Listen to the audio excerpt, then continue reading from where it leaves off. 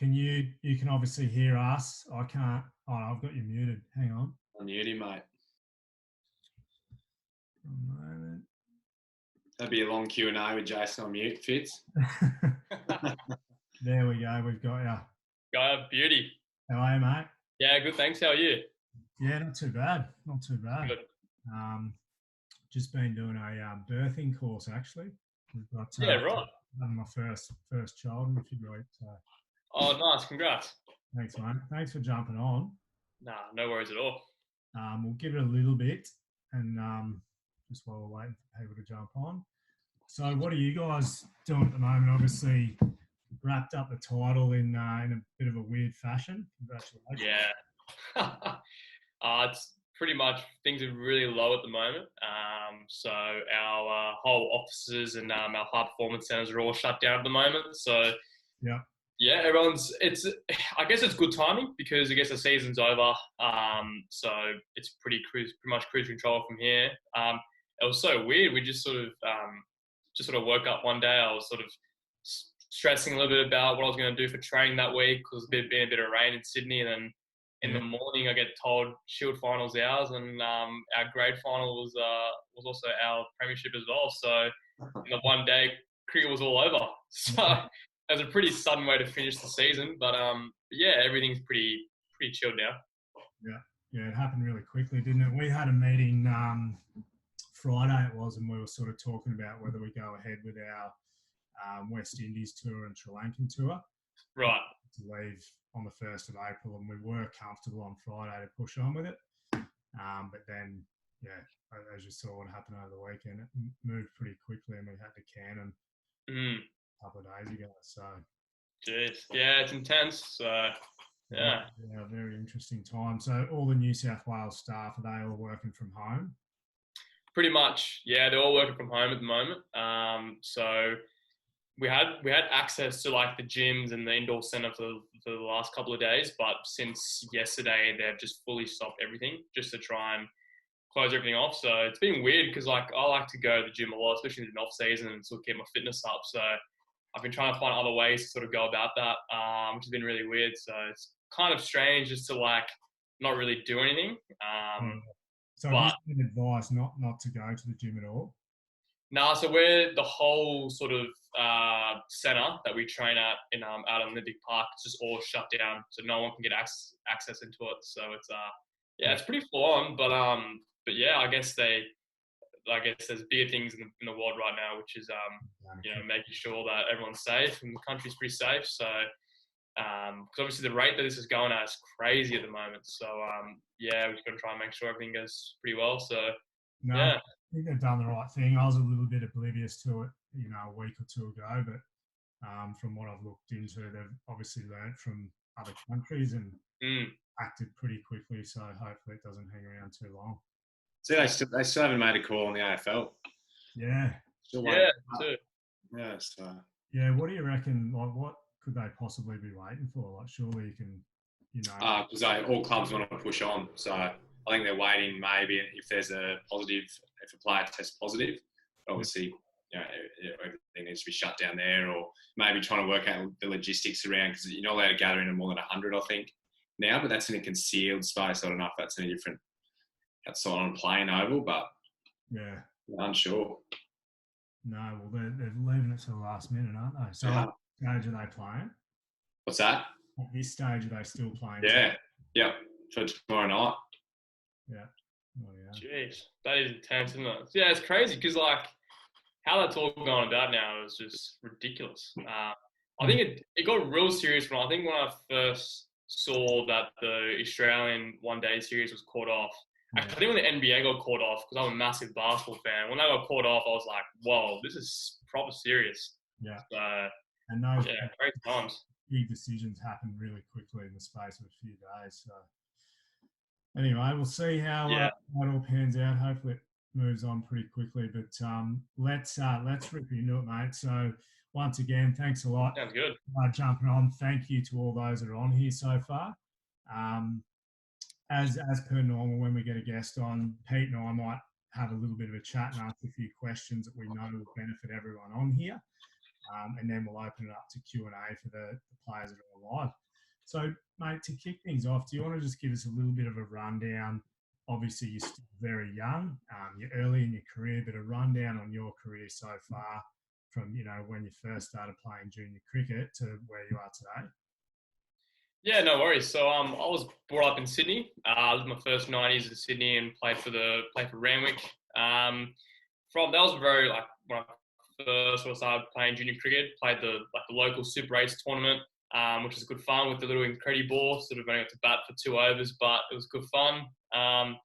Then my family decided to move to Newcastle, 2 hours north of Sydney.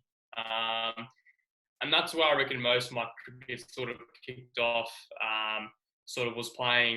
Was training quite hard and playing pretty well in junior stuff, and actually got to debut first grade in Newcastle when I just turned 13. So that was a massive eye opener, being a 13-year-old kid playing men's cricket, especially Div 1 men's cricket.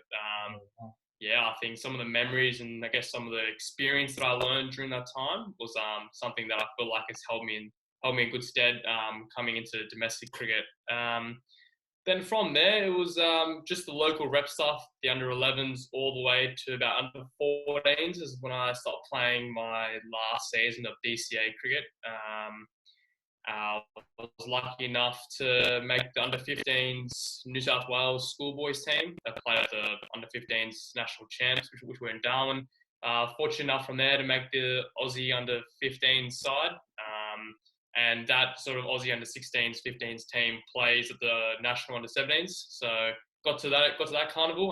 That was a lot of fun. I didn't have any goals for myself. I just wanted to keep enjoying my cricket and try and play as best I could. And I was lucky enough to make the Australian under 17s, still a year younger. So that was pretty cool. And the Australian 17s plays at the under 19s champs. So I guess I just turned 16 years old and I was playing at the under 19s national carnival, which is quite a daunting experience, especially for someone so young. You sort of just kind of come out of junior cricket, but I guess that's where I felt like playing, first grade cricket in Newcastle, playing against men really sort of helped my skills. And then from there, I was really lucky to do pretty well that carnival and make the Australian under 19s team. So I guess in the 1 year, I sort of went the whole trio, which I guess was quite nice. And then I was lucky enough to score 100 my first game for the Aussie 19s against Pakistan. And then from there, it was pretty much New South Wales at 16 years old. And then from there, it's just been a lot of first grade cricket in Sydney, back in Sydney now for Randwick.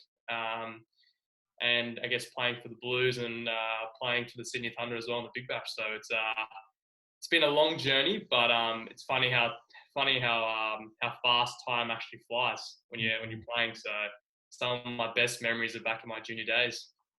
Yeah, no, well done, mate. You've obviously made a really big impact already. At what are you, still 20 years old? Yeah, 20, still 20. Still very young. Going back to when you were 13 and you got selected in that first grade Newcastle side, what do you think? What did you actually do to get selected at that level, and what do you think they saw in you, or what did they communicate that they saw in you as a batsman?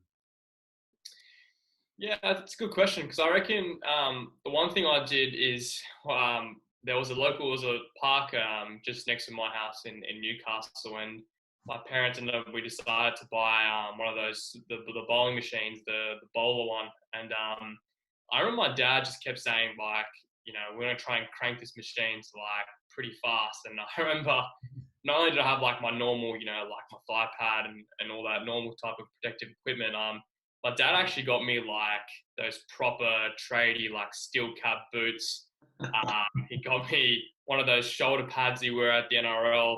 And I even had like some sort of other padding just like around my stomach. And he was like, "Look, 12 years old, you're 11, 12 years old. Let's crank this up." And, the only way you're going to get better to facing sort of faster bowling is actually try and, get yourself out of your comfort zone. So that was quite daunting. And I remember eventually, sort of after every couple of months, you take one thing off. I take like the big shoulder pad off, and then next one was converting from the steel cap boots to just normal joggers, which took my dad a bit of a while to get used to. It was sort of like, what happens if I hit you on the foot? You're going to break your toe. But I guess that was something that my dad really sort of trained when I was young, just trying to make sure I get out of my comfort zone. The only way you sort of learn as a player is by actually, getting out of your comfort zone, and what we call, I guess, the learning zone. From there, you're allowed to make mistakes, but it's also, you don't get that experience unless you've actually tried it.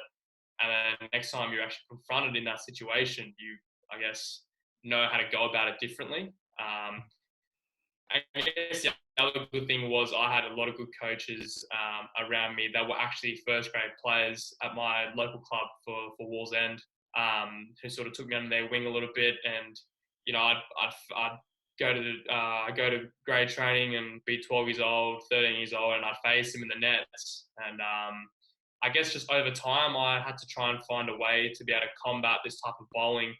And that's something that I think, if I didn't get that experience at such a young age, I don't know how quickly I could have transitioned into be playing men's cricket back down in Sydney and playing against guys that were older in my age for the under-19s Australian team.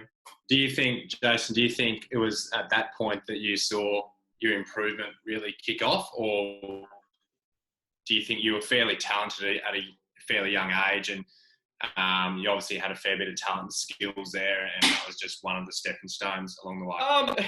It's a tough one because I think I've never been a massive believer in where you're born with talent. I think you've always got to train and you've always got to become. It's so hard to be, I guess, gifted with some good skills. I think a lot of the time what I did was just honestly just grooving my technique and just getting used to facing fast bowling, men bowling at me, and just making it as uncomfortable as I could. And the best thing about that wasn't my decision. That was always my dad's decision to be like, come on, let's go train today. Let's try and get better. Let's try and be better today. And sometimes it'd be like 6:30 at night and it was almost dark and I hadn't hit a cricket ball, and dad's like, what are your thoughts if we just go to the net, just like 10 minutes? Yeah. Just have a bit of fun. I'd be like, oh yeah, sweet, no worries. Walk over there and he had the bowling machine set up. He's like, go on, pad up. It's like almost dark and try and face. I'd be like, oh man. Well, once you get yourself set up, you're just ready for the contest. What he's done. I think I just learned that over time. You're in an uncomfortable situation there, but I don't mind that he's giving you enough protection to, I suppose, relieve some of that fear. Because if you go the other way and chuck the kid into that situation with not enough protection, they get hit a couple of times and it's mentally game over. So I don't mind that. Yeah, well, that was the whole idea. I think Dad was sort of a bit like, you're a 12-year-old kid. What if you get hit? You start crying. You won't want to train like this ever again. So I guess being a little bit younger, it looked so strange. Like I had so much protective equipment on, but like it was kind of it was good because in a way every time it was a day to take one of the things off, to take like I guess my big shoulder pad off or take the little strap that used to protect my stomach off. It actually did bring a bit more of that, I guess, that learning zone and being a bit more uncomfortable because I had to try and deal with, there's something that's not there anymore. So it felt like it was almost quite vulnerable. So yeah, I think, I just think being a young kid and getting thrown into the environment of being uncomfortable, and it's that phrase of, I guess, being comfortable, getting uncomfortable. So that's something that I learned at such a young age, which, it's not something that no one wants to do. Like even these days when there's someone really fast on the sidearm or the bowling machine's cranked up, every now and then I'd be like, I don't know if I really want to face that. But then there's always that little voice inside of me that my dad's just like, you faced this when you were 12, so you should be facing it now. So I'm like, okay, let's get back in there. And you just feel a massive sense of accomplishment when you get through like a bowling session when it's Josh Hazlewood, Mitch Stark, and Pat Cummins bowling, and you're just like, I can get through this. Like, whoa, this is something massive that can sort of, I guess it's only going to be a net session, but you learn so much throwing yourself into those situations. So yeah, it's been really good. How old were you when you started facing that? Yeah. Sorry, what was that? Siri started talking to me. How old were you when you started facing that trio? I imagine that being uncomfortable. The first time I ever faced them, I reckon, because obviously they're always away with the Aussie tours, so there'd be times of the year where I guess it'd be almost sometimes this time of the year when they're prepping for like an Ashes series where everyone's finished the cricket season and it's like, oh guys, we need someone to face these guys.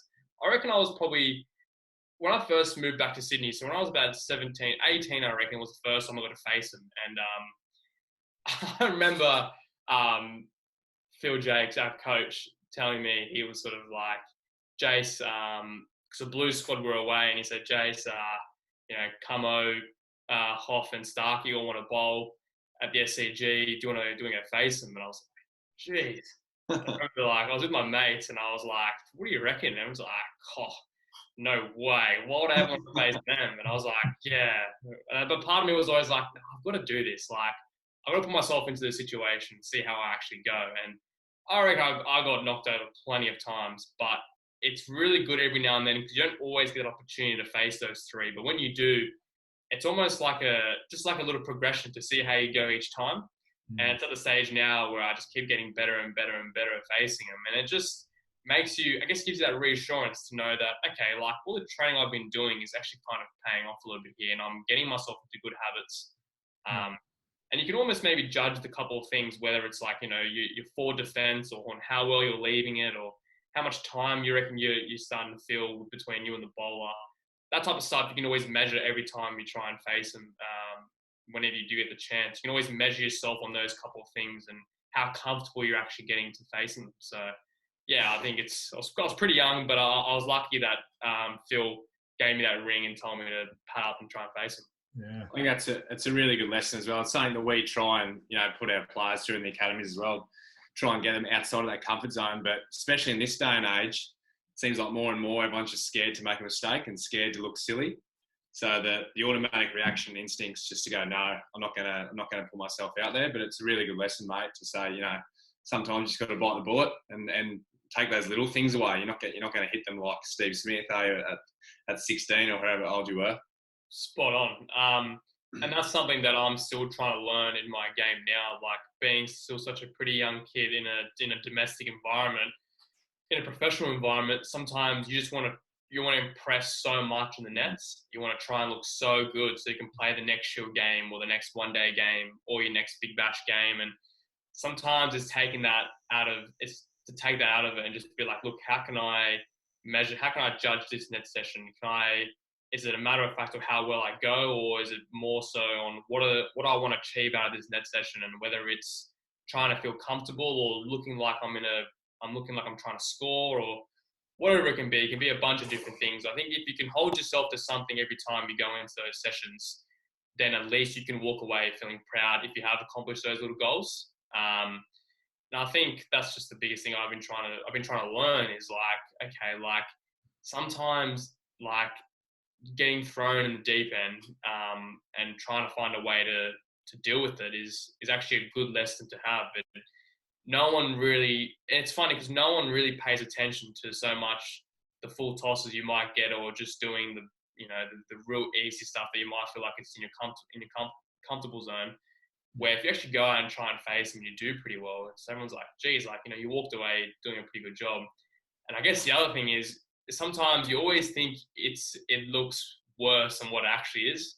Sometimes we have footage set up of our training sessions, and sometimes I could, whether it's like a session where it's Sean Abbott and Trent Copeland and Harry Conway, our free Shield bowlers, sometimes when it's like facing them and I'll be like, oh, I felt like I hit him so bad today. But you actually look at the footage, you're like, I actually looked like I was all right. Like, it looked pretty good. So, yeah, it's a fine balance, but I think it's a lot of times taking your ego out of it and actually trying to get yourself into those tough sessions, because that's literally the only way you're going to grow. Like it. What are your thoughts, mate? Moving sort of back towards you got in that, or before you got in that professional environment, a lot of young players in our program sort of always ask, how much should I be training, if I want to play at that level? What are your thoughts around, the balance between how much they train, how intense they train, like you were training pretty intensely early on, and then also the quality of what they're doing? Yeah, I reckon that's something that I've only just started to learn probably the last for 5 to 6 months, or 6 to 12 months, is knowing how much is actually enough and the difference between quality and quantity.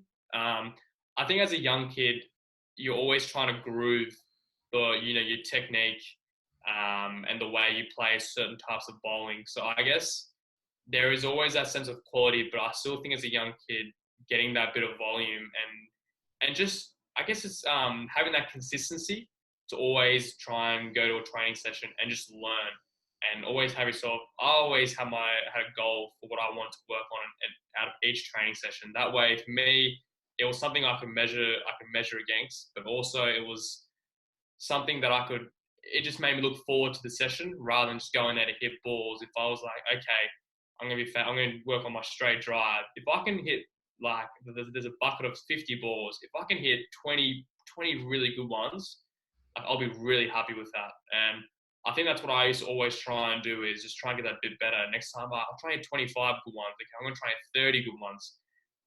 Some days you might not get it, but I think the days that you do, you'll start to see a bit of a pattern that you're getting better and better every time. And I think when you do see those results over a period of time, it does make you stay motivated to keep wanting to do more.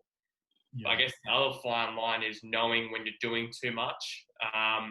And that's a hard thing to learn. I think I've only just started learning it now of when I know enough's enough.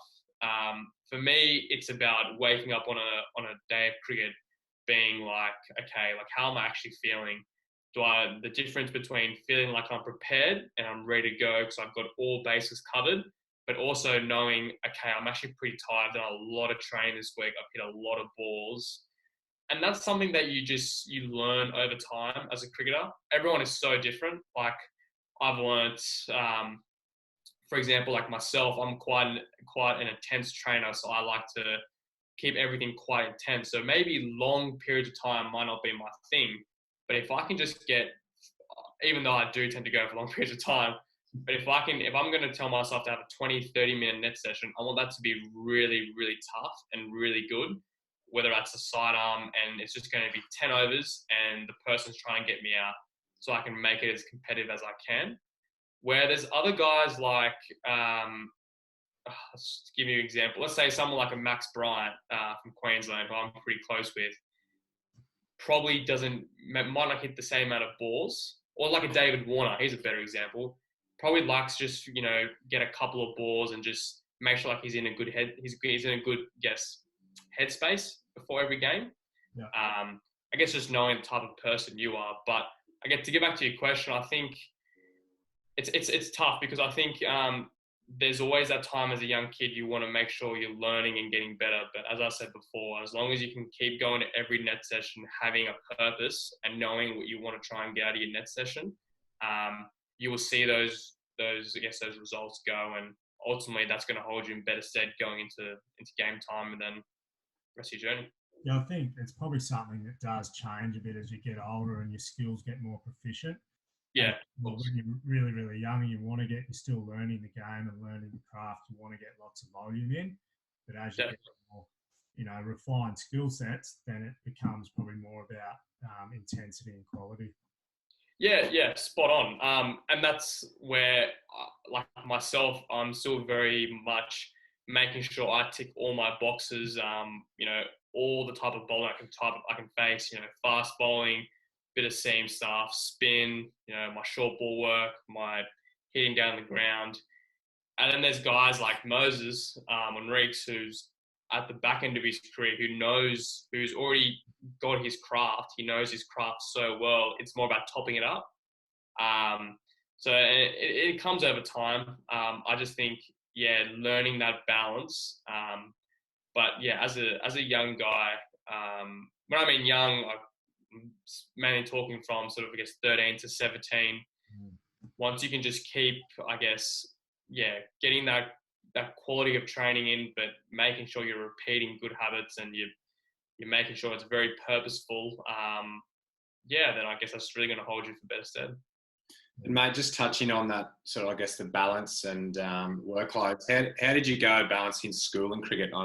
a little birdie told me you're quite a high achiever in school as well. How are you able to do that, being away from, I'm sure, I think I read today you missed quite a few days of school in year 12. How are you able to do that, mate? What advice could you give to those in that same situation now?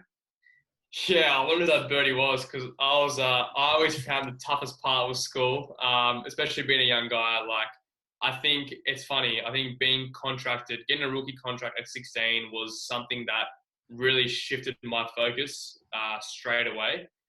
If I had my time again, I would have liked to delve better with that. I think, I just started year 11 when I got contracted, and like straight away, all I was thinking about was, wow, this is my chance to, I've always wanted to be a professional cricketer, and this is my chance right now. So I always felt year 11, year 12 was the longest and the hardest 2 years of my life. And I guess if I look back, the one thing I would have loved to have done better is that difference between quality and quantity, and knowing how much I can do of both. I guess what I probably didn't do as well was I didn't actually get myself, I didn't really give myself much of a chance to really try and knuckle down and I guess enjoy like my last couple of years of school. But I guess to give anyone some advice, I guess it's just knowing, it's the difference, that same thing I said before about quality, knowing when, I guess, setting time aside to be, okay, if I can knock out a good hour and a half or a good 2 hours of study, get this stuff done. This is what I want to focus on today, whether it's, knocking off my physics notes or knocking off maths notes or doing some English. I hated English, so I probably didn't do that one as much, where I enjoyed more the physics and maths. And then going, okay, my training, this is what I'm going to do today. And I guess I did that. I guess what I did was pretty extreme, and I wouldn't recommend many people, but I was up at 6 a.m. trying to get my gym and my running done before school, going to school, and then straight after school, doing all my training I possibly could between sort of 3:30 to 5, or maybe sometimes 6, and then 6 onwards, I'd study and try and get as much as I can. But it didn't really work for me because I got to school when I was exhausted. Like doing that every day was tough stuff. So I just recommend making sure that you just have that fine balance of knowing how much schoolwork you need to get done, because schoolwork is important. And I think it's a really good tool to actually get away from cricket. And I probably didn't use that to the best of my ability. I probably thought, okay, it's school cricket, where really like even the guys in the blue setup now, they use uni and they use, their degrees and stuff they do outside of cricket, a way to get away from the game and a way to try and mentally refresh and try and focus on something else for a little bit. And I guess if you see it in that way, it does make you a bit more excited, I guess, to do some homework. But yeah, I definitely didn't say that way. But yeah, as long as you know how much you want to get done for the school stuff, and what you need to get done, and then what you need to get done for training. Because whether you like it or not, you got to do school up until you're 18, 19, or I guess difference with apprenticeships. But generally, you're still gonna have to do school, so you got to try and find a way. Yeah, and I was reading your Players Voice article again today. Well done on that. It was a great read. Thanks. You mentioned that that time getting the rookie contract should have been super excited. But was it that year that you said you probably had your worst year on the park? Yeah, those 2 years. I got contracted in year 11, and I still had a pretty reasonable year, but I think it was my year 12, my last year of school. That was, definitely the year I struggled most. And what was that, just putting too much pressure on yourself? And I'm sure there's no one, I guess, on here with that same, not level of pressure, because everyone's different, but is there any advice you could give the kids about how you go out the other side of that? Yeah, definitely. It was a tough time, not only for me, but I think for my family as well. I think I put a lot of pressure on them. If I had my time again, I would have, as I said before, I would have definitely, I guess to give you a bit of background, I guess what happened was I was still in Newcastle in year 11 when I got rookie contracted. So I decided that I'll keep doing school. I was on a 2-year contract, so I'll finish off school in Newcastle, and I'll keep trying to play grade cricket in Sydney and keep doing well. And once I finish that, if I was to get a full contract, I'd move straight to Sydney after year 12. But I ended up what happening was year 11 was a massive struggle for me. Just trying to, I guess, be the best cricketer I was, trying to catch up on schoolwork, trying to get down in the school holidays for New South Wales Blues sessions, and everything was a lot. So out of nowhere, I guess Mum just sort of went, we're gonna move back to Sydney, because I think it's gonna be the best thing for your cricket, it's gonna be the best thing for your schooling, and I think probably just leaving that whole environment, just suddenly going straight to Sydney, new school, year 12, when everyone's in their last year of school, something that I wanted to enjoy with my mates in Newcastle, I probably lost a little bit of that. And I guess just the whole pressure of what was going on to be my last year of school. So I obviously wanted to do well. My last year, my rookie contract, so I really wanted to get that full contract. I just felt like everything was such an effort, and I was so pressured into dominating school and dominating cricket, and I just couldn't do both that well. So one of them had to suffer, but instead both of them suffered a lot. So had my time again, I would have definitely not put as much pressure on myself to be able to excel in both.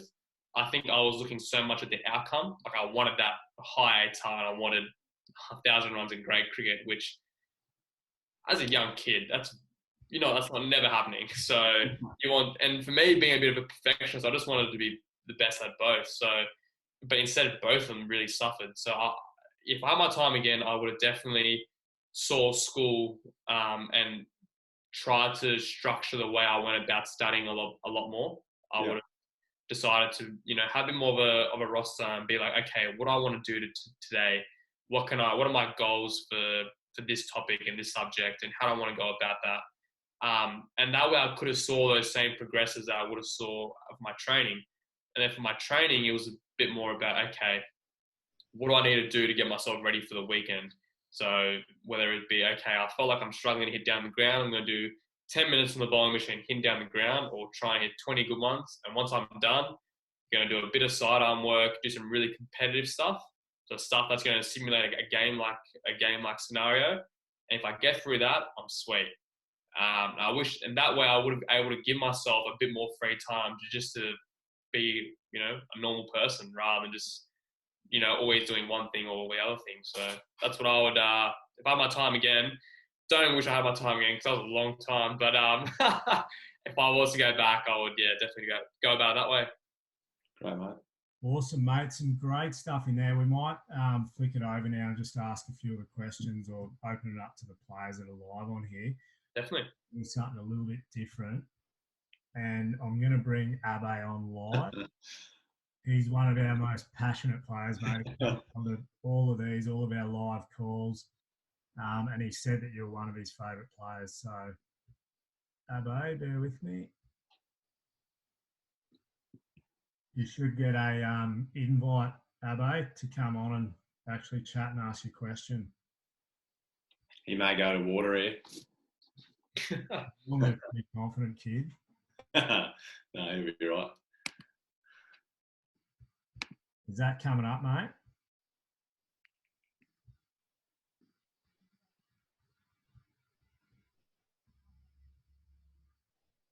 There he is. There we go. Hey.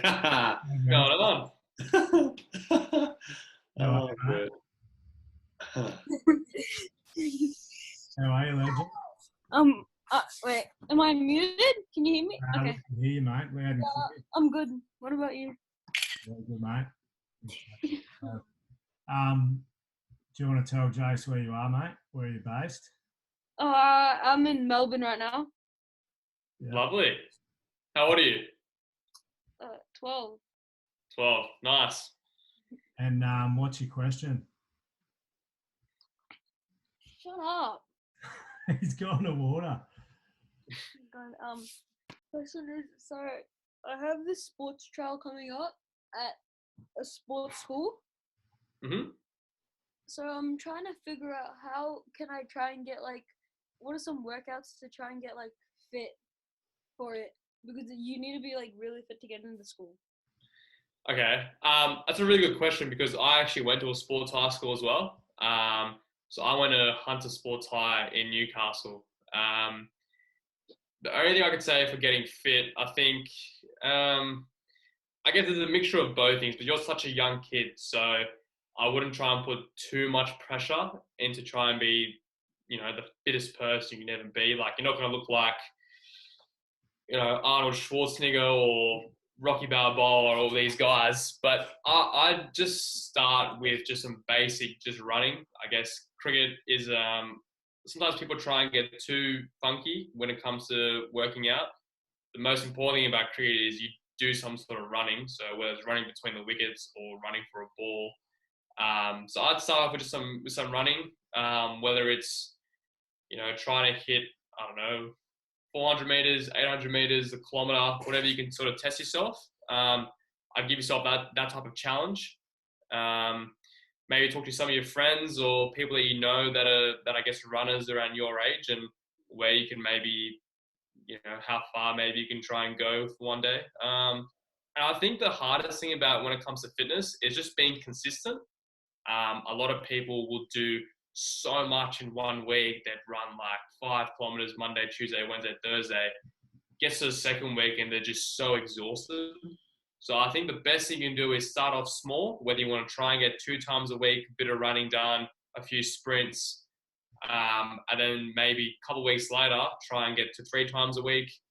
And I think that way you just see results. But it's a good question because, fitness is a big part of cricket now. So, yeah, I just started with some running, man. Keep it pretty simple. Like it. Thanks. Wait. Can I ask one more question? I love asking questions. Yeah, go on, mate, quickly. Let's say if I start playing like seniors or higher level cricket, I'm starting to play with more adults now instead of playing with kids my age. So, like, do you have any ideas on how to like start building an innings and try and getting those 100s, 50s in more senior cricket? Yeah, another good question. To be fair, I didn't score my first 100 in senior cricket till I was 17. So there's no pressure on you to be 12 years old to go out and score 100 in men's cricket. That's a really, really tough ask. What I can do is, the best thing you can do as a cricketer is to keep grooving your technique. As I said before in this, on the screen, I was saying that I was training with the bowling machine, at a pretty fast pace. So I was getting myself used to and comfortable facing some really fast bowling. And sometimes it takes a bit of courage to be able to do that. But once you put yourself in that situation where you're getting used to facing, guys that are quicker, guys that are older, you will actually get a bit more comfortable. Sorry. Go away! So that's all I can recommend to you. Like, when it comes to building an innings, once you get comfortable in facing older guys, you'll naturally be able to develop your innings. So that's my first thing. Would just be like, get yourself used to facing the bowling machine when it's pretty fast, or trying to face some older guys. Whatever it is, once you develop that confidence, you'll know about how to start your innings and how to build it and how to get your 100. So, like, I hope you get 100 at 12 years old. I'd be brilliant. So, but there's no pressure on you to do that. Like, I didn't get my first one until I was 17. So you got 5 years. And by the way, I've got a picture of you on my wall. Show me it. I wouldn't mind saying that. Tell him. Pictures. It's I need. Wait, how do I flip the camera? It's hard to see. That one. It's that one. Ah, yeah. Good to Right. How good. Thanks, Abbe. I'm going to boot you off now, mate. Well done. Good job. See you later. Well, Abbe. How good's that? Yeah. So, yeah, we do like live coaching calls every week where it's all the kids on or even the youth players and that. And we just chat to them like that. So he's one of our most active and That's unreal. Message during the week saying you're one of his favourite players. We'll get him on. So I've got an anonymous question here saying, how do you ignore people that say stuff off the field, like lies or something that gives you doubt? So I suppose it's negative talk, maybe from teammates, opposition, or even coaches or whatever, that might give you a little bit of self-doubt. That's a really good question. I guess when I was 13 playing men's cricket, I got called things that I'd never even heard of before. So I guess it's hard because when you're a young kid, you do go through it. You do go through those periods where you're just getting absolutely sprayed by the opposition, or it's some pretty nasty stuff. The best thing it's hard because sometimes it just happens. Like sometimes it took me until I was about 19 or 18 when it kind of stopped a little bit. And I sort of expected that as a, being rookie contract when I was 16, there was going to be a couple of people that were going to be, a bit pissed off and a bit like, how does this guy deserve it? So I was sort of prepared for that. But I guess the best way to deal with it is, for me, like I go through a process between every single ball. And that's, I'm trying to remember what it is. So I always mark the leg twice, then middle once. I don't know. It's not a superstition, but I just know I do it. And I always have a song stuck in my head every time. So that sort of keeps me a bit occupied. So that's why I sometimes forget what people are saying because I'm always in my little bubble. I guess the best way to train for it, I remember actually one of my coaches was throwing me balls one day and I was hitting him really well, and he sort of just started to talk to me and pretend it was saying some stuff, just trying to get under my skin. I kept saying, like, why are you doing this? Like, why are you trying to put me off? And he's like, because you're gonna get this in the game. So how can I make you feel as uncomfortable as you can? And sometimes it was really casual. You're like, mate, you're hitting them so well. You're doing really good. And sometimes you get, I'm actually hitting them really, really well. And you play a shot you don't want and you're out. So I guess he was always like, picking on me every now and then, not every session, but just for me to get used to playing against men that they're gonna come after me, and how can I actually manage that? And people take it two ways. Some people say it back, like Virat Kohli says it back. I wouldn't recommend that way. As a batter, it's not the easiest part because if you get out, you're done. But for me, I'm always worrying about the next ball. So if I can tell myself to get through this ball, regardless of what people are saying, if I get through this ball, if I just stay out there for another 10 minutes, I might be on this amount of score. Okay, if I get through the next 10 minutes and then the next 10 minutes, and generally once you're on 40, 50, they stop talking. So, once you can just keep telling yourself to get to the next time frame or face, okay, get through the next 6 balls if I can, or this amount of balls, then once you're on runs, no one can say anything. So exactly right. So that's the only thing I recommend. Just, I guess, know people are always going to say some stuff, and it could be good things, it could be bad things, but as long as you're focused on the task and you maybe finding a way to deal with it. For me, it's just about getting through the next sort of 10 minutes. So, yeah. I like it. Sam Williams said, hi, Jason. It's Sam Williams from Ballarat. I know, Sammy, yeah.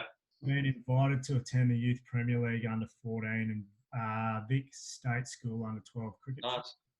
Do you have any advice to give me going into these trials? I think this is another really common one we get is, what do I do when I go to a rep trial?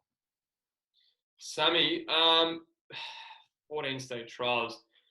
Look, it's a tough one because, it's always a bit more daunting. You probably don't know what to expect. And I guess you probably don't really know, how the players are around Victoria for your age. The biggest thing I can take out of it is just enjoy it. Just have fun.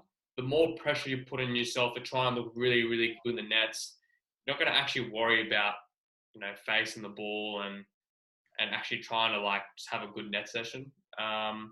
Whether it's some of the stuff that you've been working on at training and you want to try implementing it in those trials, definitely give it a crack. The biggest thing I can say is just got to enjoy it.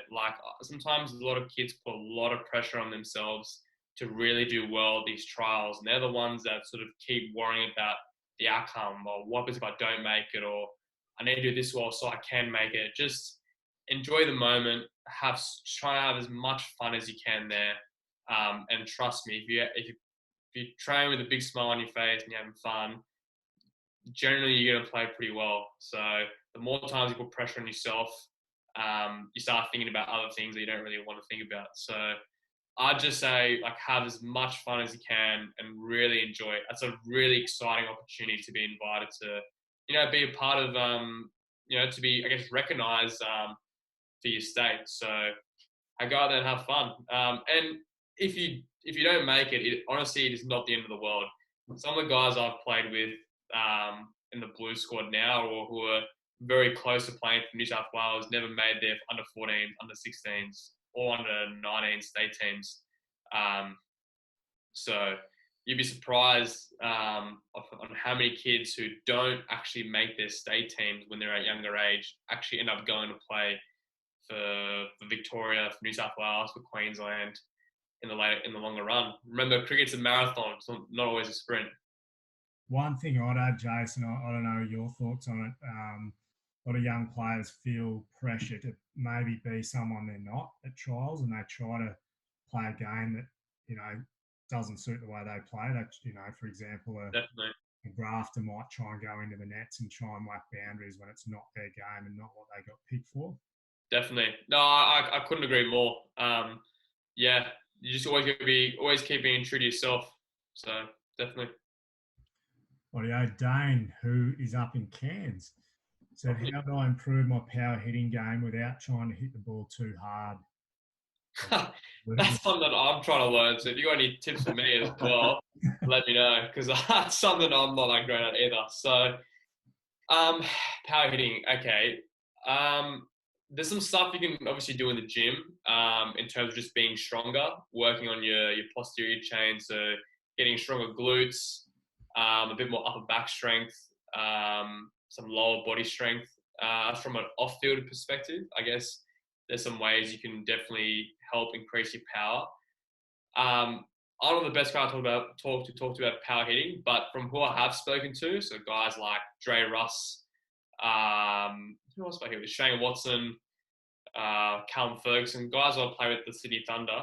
The one thing they always talk about power hitting is they speak about in their younger days when they were a kid, their dad would get some like old cricket balls that they would like shoot up, and they would just go to the park and they just literally or in the net, just try and practice like swinging and just keep trying to practice hitting the ball for six. And that's how they develop their swing. I use the phrase swing a lot because everyone has their own type of swing. And once you can groove that and know what it feels like to actually get everything right, you sort of keep developing that motion, that movement. So what I would recommend is, obviously if you're old enough for a gym membership or you're doing some gym stuff, definitely some lower strength stuff. That's really important. Some core work, some glutes, some leg work, a little bit of upper back strength, and then working on your swing. So getting some balls at slow pace or fast pace, whatever, and just working on, sort of standing still and just trying to think about your arms extending through the ball. Then once you get better at that, I guess the next thing is whether it's, Gilchrist used to talk about always the last 10 minutes of his net session. He used to always try and, his dad would throw some balls and always try and practice hitting sixes. So every ball, try and hit it for six.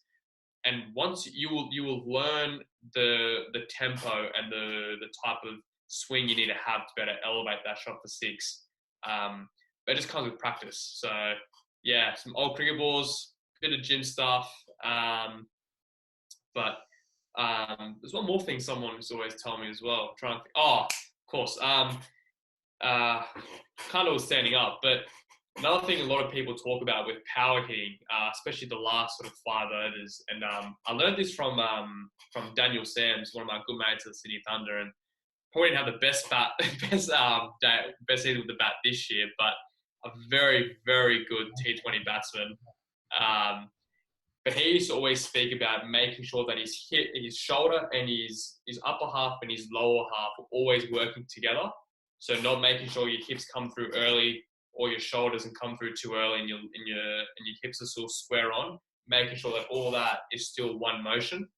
It's just a lot like a golf swing as well. So once you can keep your upper half and your lower half both side on and then extending through the arm, extending through the ball together, that's going to give you the best chance to be able to hit some big sixes, but in particularly where you want to hit them. Because generally when your upper half comes through a bit too early, you either shank it or you'll go a bit more square on the wicket. I know that's something you talk about a lot, Pete, is delaying your swing playing a bit, and that kind of fits in well with what Jace just said. Mate, I'll just bite my tongue there. I could talk about swings or ask a lot of questions about swings anyway. Swing uppy. Oh, yeah. Just a lot of junior players, their backlift doesn't get above hip height. And they wonder why there's no power there. Just think, release those hands, release them. And then, exactly like you say, experiment, find what works for you, and get addicted to that feeling and keep doing it. Oh, I couldn't agree more. I guess the better thing that I've always had as a young kid, I've always had a big sort of backlift, so my hands are always up here. But I actually had the problem where my bat face was almost facing the bowler. So when I was coming down, I found it hard to actually access straight down the ground. So you're right, it took me a lot of practice. And whether it's the last sort of 10 minutes of the session, just doing some throws or doing some bowling machine work on making sure that everything's in tight together, and then expanding at once and having a long arc. But yeah, I couldn't agree more. Like it's such a weird thing to talk about your swing in cricket because it's a very baseball term. But once you know your back, you know what you're actually doing back here, and you feel that, you can almost feel it, like you know what you need to do to be able to execute those big shots. So I couldn't agree more. Your swing is so important. Well, we'll cut you two off there. Rishi Apte, who is one of Pete's academy players on the sunny coast. So he's a number 3, 4 or 5 batter in the order. Kind of a two-part question. You've already spoken about, I think, how to improve facing faster balls, but he's asked about what are some optimal drills he can do to improve his technique. Do you have any basic things you do for that side of it? Yeah, I think what I used to do every session with my dad, so I start off with some drop balls, so basic drop balls hitting down the ground, then through covers off my pads. Then from there, we'd go into sort of 20 drop balls into 20 underarm half volleys or underarm full balls. So from then, I was getting used to practicing, getting myself into the best positions. I can't stress enough on how important it is practicing good habits. There's so many times when you do basic drills that you get into really bad habits because you're just sort of there, just sort of hitting for the sake of hitting. You can really get yourself into a pattern of making sure you're hitting every ball with intent and you're exaggerating, getting your head over the ball or getting your shoulder to the ball. Whatever it is that you feel like you need to work on, if you can keep exaggerating that with the most basic movements, you'll realize when you get to facing bowlers and you start facing quicker bowling, it will just come naturally. So yeah, I used to do like drop balls, underarm half volleys. From there, I used to just go to throws, then machine, and then generally like a sidearm where we're covering all topics. Whether it's a back foot, it'd be the same again. It'd be underarm through here, sort of overarms through here, cut shot, same thing. So I think once you can break down the movement and really exaggerate one part of it, whether it's your head, your shoulder, where you're hitting the ball, same side on, whatever it may be, really break it down to being really simple and exaggerate what you want to try and achieve. So Rishi, what you've done the last 2 pre-seasons in our ACI Academy, mate? Jason said it now, so you've got to trust us and trust me. Yeah. Archie Dolan, so he's a Melbourne boy. Given his family a bit of a spray here, but he's got.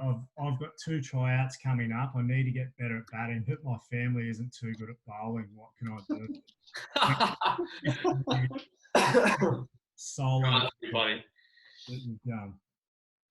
Well, I know how you feel, mate, because my sister could not throw a cricket ball to save her life, so she was horrible at that. So, look, whether it's knowing a couple of mates who are pretty good bowlers, yeah, the range of things. I think once you know someone you can trust and someone that you know is pretty good at cricket, whether it's someone from school or someone from your local cricket club that's actually pretty good, where you just sort of message him and be like, hey, mate, can we go for a hit for, half hour, 45 minutes. My dad's arm was always, once it's starting to get cooked and it started to get slower and slower, I actually used to make him come closer. So that was another way for me to be like, okay, like, it can be a bit easier. So, yeah, I'd say that. Maybe there's a bunch of different ways. But yeah, I guess know a couple of people, but if they're no good at bowling, tell them to come a lot closer. That way it's easier for them and it might be a bit faster for you.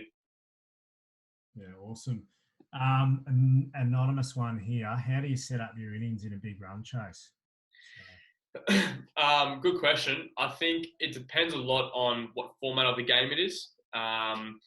We'll just take red ball, for example. So a long format of the game for a big run chase, I always, actually, regardless of whether it's first innings and I'm setting a total or I'm or I'm chasing a total, I always set up my runs for every 10 runs in 10 run increments. So I'm always looking to get to 10 runs, and I'll always say 10 singles, because if I think starting in 10 runs, I could be like a 4 and a 6, or two bombs. Where if I think about getting myself to 10 singles, I'll always find that one boundary. So for me, I'm always looking at the next 10 runs. I could be like, get myself to 10, get myself to 10. And once I get myself to 10, I'd be like, get myself to 20, get myself to 30, get myself to 40. And I keep doing that throughout my whole innings. So that's just one way I go about dealing with a run chase. In white ball cricket particularly, is going by 10 runs. In the long format of the game, I'm always about 10 minutes. So whether it's, from 12, might be 12 o'clock. So, okay, get to 12:10, get to 12:20. If drinks is at 1 o'clock, I will tell myself, okay, get to drinks, and I'll get there. That's just one way I deal with, regardless of if I'm setting a total, if I'm chasing. That's just the way I like to go about it. It may not work for some people. Trying to think what other guys. Some other guys really just sort of focus on every ball. So, okay, if I get through this ball, get through this ball. Some guys like to actually think about the big score and be like, okay, I want to be here at 5:30 tonight. I want to be here. I want to be not out. So how do I go about doing that? For me, I've always sort of thought, okay, if we're chasing 400, and that's going to require a lot of batting time. So if I keep breaking that down into 10 minutes, then if I just keep worrying about the next 10 minutes, I might be there. And remember, a big score is always a partnership. So whether it's talking to your partner and be like, hey, let's try and get to 10. Let's try and get the score to 130. Let's try and get to 140. Because, yeah, obviously having someone up the other end in working in a partnership, that's really key. What about in white ball, Jason? Is there like a runs per over you don't allow it to get over at any stage? Obviously that changes with T20 or one days or wickets lost, etc. But do you have anything in that way? I think I do. I feel like for me, when it gets to 10, it's always a bit like, okay, it's going to be a bit more tricky. In T20, it's so weird because even if 10 runs and over, if 10 runs and over for the last 3 overs, sometimes it's so capable, which is crazy. But for me, I always like to try and make sure the run rate is under. I like to keep under 8. If I know it's at 7, I'll always know that I can get a single off every ball. I back myself to get a single off every ball, and I know if I can pick up the one odd boundary, that will happen. Generally, I like to try and get myself. So if I'm batting and we're chasing 300, if I can tell myself, depending on the ground, on the pitch, I'll try and get myself to the drinks break, or a certain over in T20 cricket. So if I can be like, okay, at the 15th over, if I can be at roughly this score, I'm going to be pretty happy. And then I'll recess from that after that. So in one day cricket, I always like to get myself the last 10. So if I'm batting, okay, for 40 overs, if we're on 210, 220, perfect. Then I know I've got 80 runs to get in the last 10 overs, and I'll worry about that later. So I'm always looking at that nearest goal, but that's just the way I sort of like to go about it in one-day cricket. Yeah, I think it comes down to being really self-aware and what your capabilities are as well. Definitely. Rightio, guys, we're going to wrap it up to the last 2 questions. I know we've got a few more in the chat box there, but we'd be here all night if we keep going. So I'm going to pick one now, and then Pete's going to pick the last one. There's a good one here, which I think is really relevant to a lot of players, especially when they're younger. So Bailey Ali said, "Hi guys, I'm a big fan. I've recently been having trouble increasing my strike rate during games. Do you have any tips?" And I think, as I said, it's a really relevant one. A lot of young players, physically underdeveloped, find that they can't score as quickly. So what's your advice to those players? Yeah, I think it's knowing what are your strengths. So for a lot of young kids, a lot of the cross-bat shots are more of their strengths. It's very rare you're going to see a young kid be able to dominate down the ground, because you do need the power and you do need a bit more strength to be able to hit down the ground hard. So the one thing I can recommend is, if you know where your boundary balls are, if you know you're a really good player of the cut shot, just understand that if this guy bowls me a cut shot, that's definitely one place I know I can score. If he bowls it at me more here, my pull shot's really good. And then I think also knowing where your singles are. So for me, I always like to count the gaps. Some people like to count the fielders, knowing that if they hit this side of the fielder, it's runs. Me, I've always just, Steve Waugh actually told me, because I play a lot with his son, Austin, he told me a lot about looking at the gaps in white ball cricket, knowing where they all are. You can tell yourself gap, gap, gap, gap. Generally, you're going to think about in the gap. So for me, that's one way I like to go about it. But also I know where my singles are. So if I know cover is a pretty slow fielder and he's and there's a big gap between cover and point, I know, okay, if he bowls it here, I'm just going to drop it and I know I can get one. Or if I know mid-on is pretty slow, I might hit a ball to him and say, yep, start running, because I back myself to get down to the other end. So I think knowing where your singles are and knowing where your strengths are for your boundaries. Yeah, I like it. Stuff. And last but not least, I'm going to go with Abe again. Abe says, "I'm a natural leader, but what is the key to field setting and strategy?" So you've done a bit of skippering, definitely for youth cricket and that. I guess how did you practice that? I guess, and were you a natural leader from the very outset, or did you have to improve at that? Yeah, it's funny because I think I've always felt when I've been captain, I've always played better. Just for the fact that I put that extra bit of onus on myself. So I feel like, okay, I've got to lead by example. So I really thrive on that. I was fortunate enough to, captain the Aussie under-19s, captain a few other younger stuff, and captain of my my grade team at the moment. It's hard because as a young kid, I just recommend to keep learning the game. Every time you're a leader and you get the opportunity to be captain, always keep asking your coach, what are some things I could have done a bit better? Next time, do you think for a field set, should I do this? Should I do this? And everyone's going to have their own opinion on certain things. So I just say, keep learning as much about strategy as you can. For me, the biggest one I used to always try and do, especially when I was playing rep cricket and I was captain, I used to always try and find one or two moments in the game that I can talk to my coach about and be like, what do you reckon I could have done differently in this situation? Whether it was a big partnership that I couldn't figure out a way to get a certain batter out, or whether it was another time in the game where the bowls were going for a lot of runs and I didn't know how to have the right field set for that.